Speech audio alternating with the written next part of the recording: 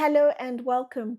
In this video, I'm going to be talking about why Hermès bags are so incredibly special. I'm Anesu Sagonda and I produce educational luxury content for anyone after the finer things, whether you're young and starting out in life and wanting to reap the benefits of buying better quality from the get-go, or you're new to money and wanting to learn how to navigate the terrain, or you're into luxury but you want to focus more on high quality under the radar brands, then my content is geared towards you.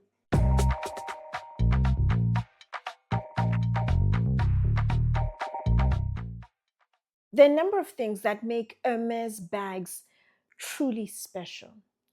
The heritage of the brand, for a start. The brand is almost 200 years old. It was started in 1837. The prestige associated with owning one of their bags, and more so their most coveted bags. Think, for example, the Birkin, Kelly, Constance. You literally have to play a game whereby you have to spend a phenomenal amount of money within one of their boutiques or several boutiques in order to be offered the opportunity to purchase one of the most coveted styles. The craftsmanship that goes into the making of their bags is phenomenal. And the quality of the leathers they use, exceptional.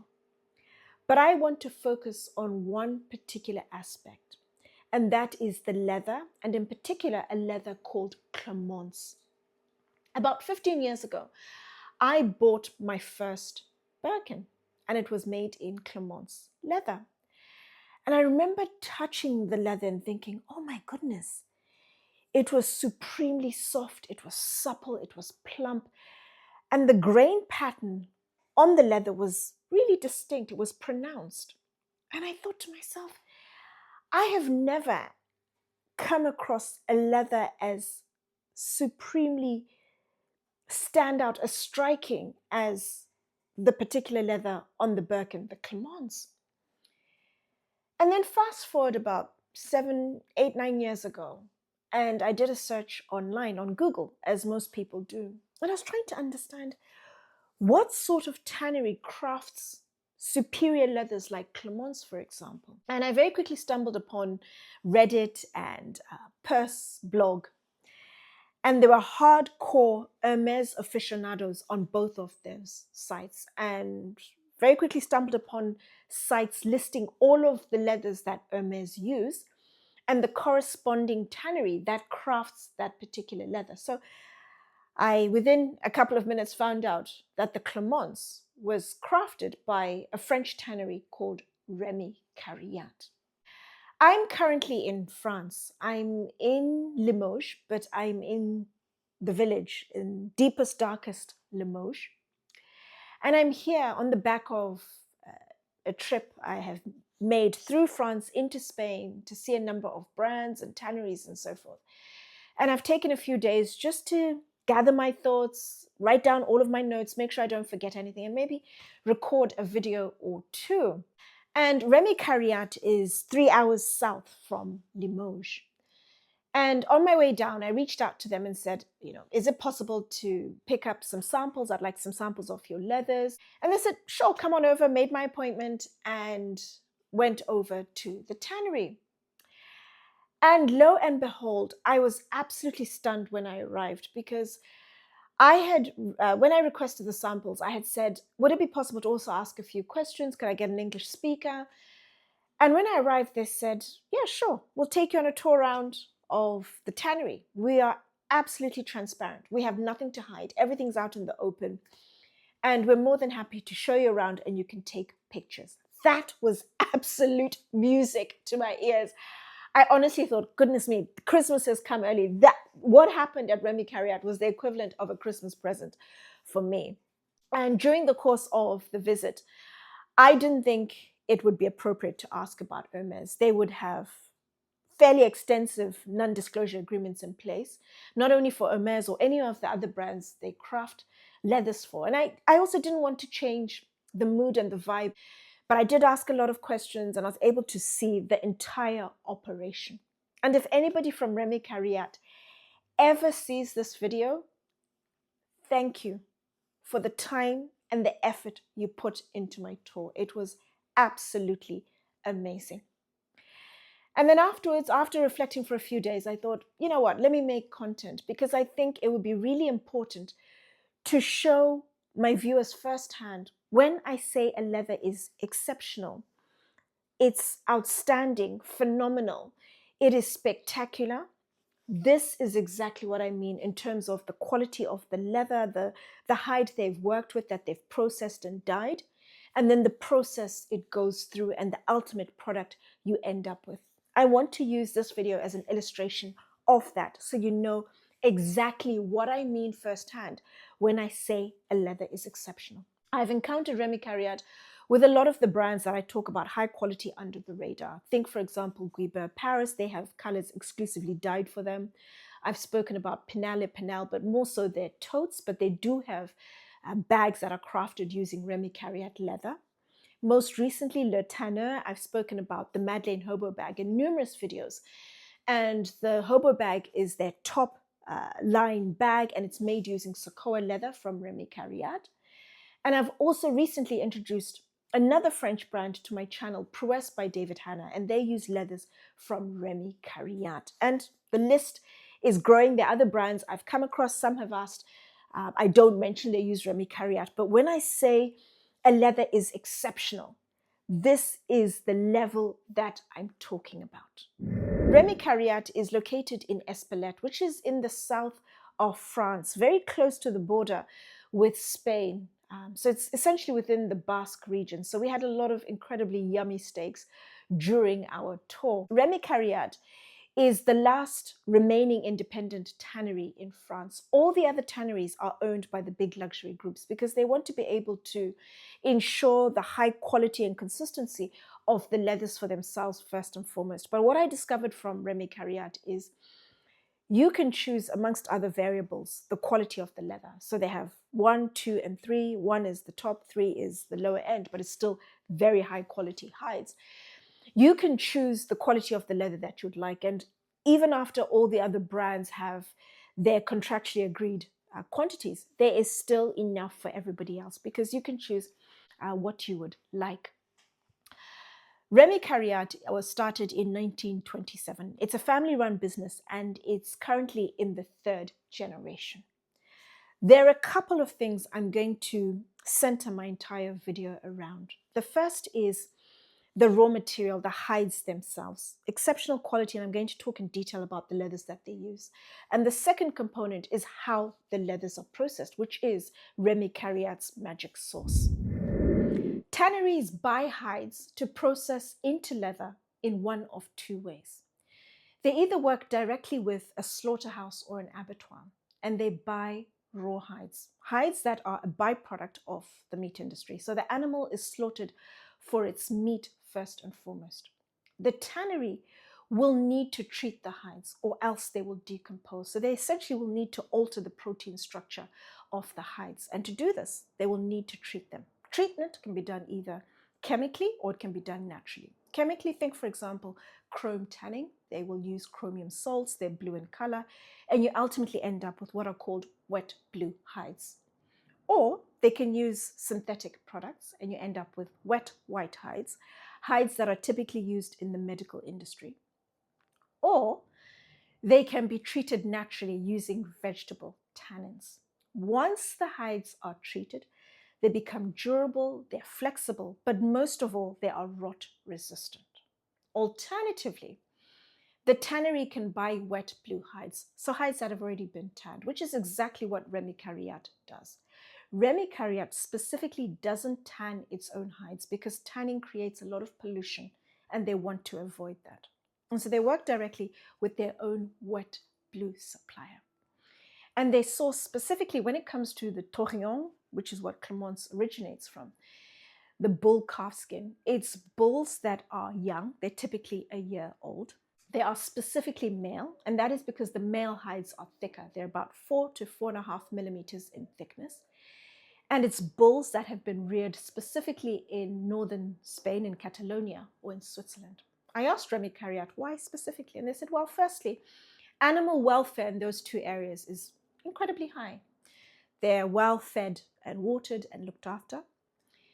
But in Switzerland as well, the farms don't have barbed wire, and barbed wire is an absolute menace when it comes to the hides. If the bull rubs against the barbed wire, it can potentially tear, split, mark, damage the hide in a number of ways. So they avoid that with the Swiss bulls. Rémy Carriat will send their highly trained inspectors to their wet blue supplier. They need specifically highly trained inspectors because you have the added complexity of the wet blue hides being wet, but also the blue color, which is an even bigger complexity. And you need highly specialized inspectors who, with the complexities of wet hides that are blue, they can still pick up on all defects, marks, or tears or damage to the hide at all. They literally inspect every single hide individually and meticulously. Once they're happy with the selection, it's sent over to Rémy Carriat, and Rémy Carriat will split the hide. It's split according to the thickness of the customer's order. The bottom part is what some brands will use as suede, for example, but Rémy Carriat discard. They just keep the top part of the hide. That part of the hide is essentially tanned. It's then placed in a drum to be dyed. In the drum, they place pigment, the color pigment, and then it's drummed in there for 24 hours. 24 hours to ensure, firstly, in that drumming action and in the period of time, the color goes through the entire hide. I recently spoke about J.W. Anderson bags, and I specifically mentioned the color on their hides was superficial. Where the color had lifted, you could see the white on the underside of the hide. With Rémy Carriat, you will never, ever have that issue because their hides are tanned throughout the entire hide. So if you cut it, if you look at it from the side, you will always see the color throughout the hide. Once it has been dyed, it is then dried. It's typically passed through a roller to squeeze out excess water, but they also ensure that in squeezing out the excess water, they still maintain moisture in the leather because you don't want to compromise the quality of the leather if it's too dry. Once excess water has been squeezed out, it is then placed, specifically the Taurillon, because it's thicker, on a toggle, and that is where it is dried. Once it's dried adequately, it is what's called crust, and that is leather that doesn't have any finish on it. Finish is then applied for the Clemence, and it's twofold. It's passed through another machine, and they spray pigment on top. That pigment can help to adjust the color if need be, and it can also help to hide some of the defects. With the Clemence, it's also passed through a separate machine to emboss the leather, to place the grain pattern on the leather. Once that's done and it's satisfactory, the Rémy Carriat is happy, they've been in communication with the client, it is then placed in another drum and it's tumbled. And depending on the client request, the longer it's tumbled, the softer the leather will become and the more pronounced the grain pattern.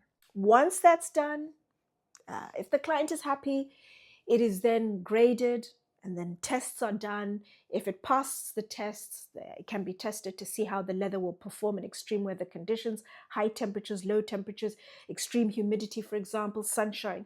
Once it passed the tests satisfactorily, sent to the client.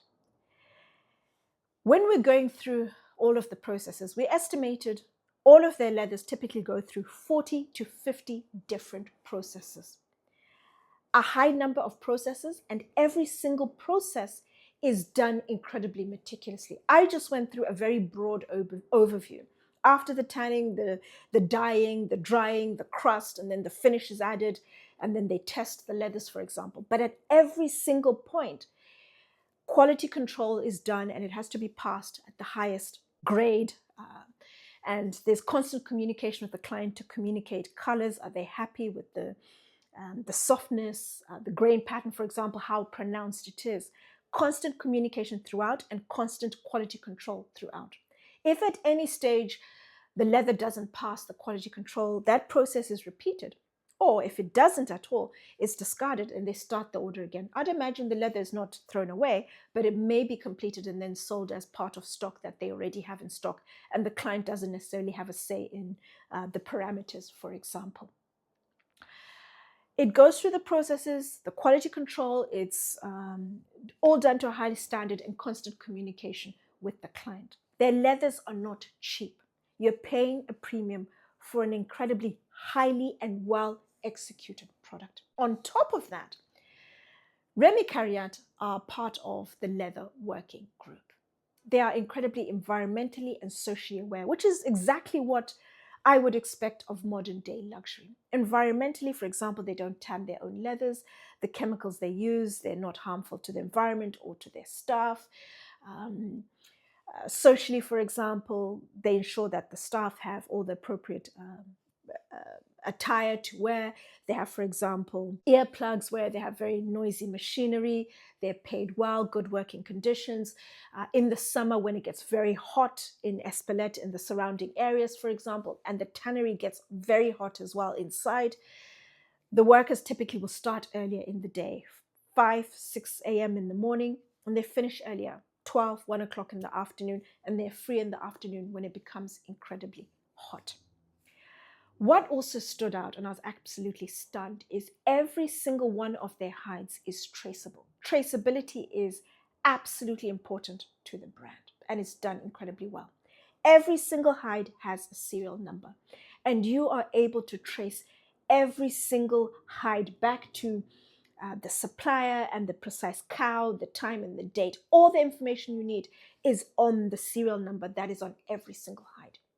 I visited a number of tanneries and I haven't come across any other tannery that is as particular as Rémy Carriat. Rémy Carriat is at the top end of the market. They are a brand that's exemplary and they cannot afford to drop the ball on anything. Every single hide is numbered. The entire process throughout the dyeing, the drying and adding finish is executed to an incredibly high standard. And so when it comes to Hermès, as I started, their products and why they're so special, the biggest component, the leather, the main material, is made specifically, when I talk about Clemence, to an incredibly high standard. But all of the leathers that are processed by Rémy Carriat are executed to an incredibly high standard. And I would also say that for the other tanneries they typically will work with. I haven't been to see them. I really would like to see them. It's very difficult when you are a channel with around 10,000 subscribers. Tanneries, especially if you don't have a relationship and if you have a small number of subscribers, are typically a little more reluctant to let you in. But hopefully in time I'll be able to see more tanneries. But Hermès is truly a special brand. Everything they craft, whether it's apparel, it's leather goods, it's homeware, they are working with the very best when it comes to their suppliers. And their suppliers create the products to an incredibly high standard. A high standard that is exemplary to so many other brands. Any thoughts, any questions, as always, let me know in the comment section down below.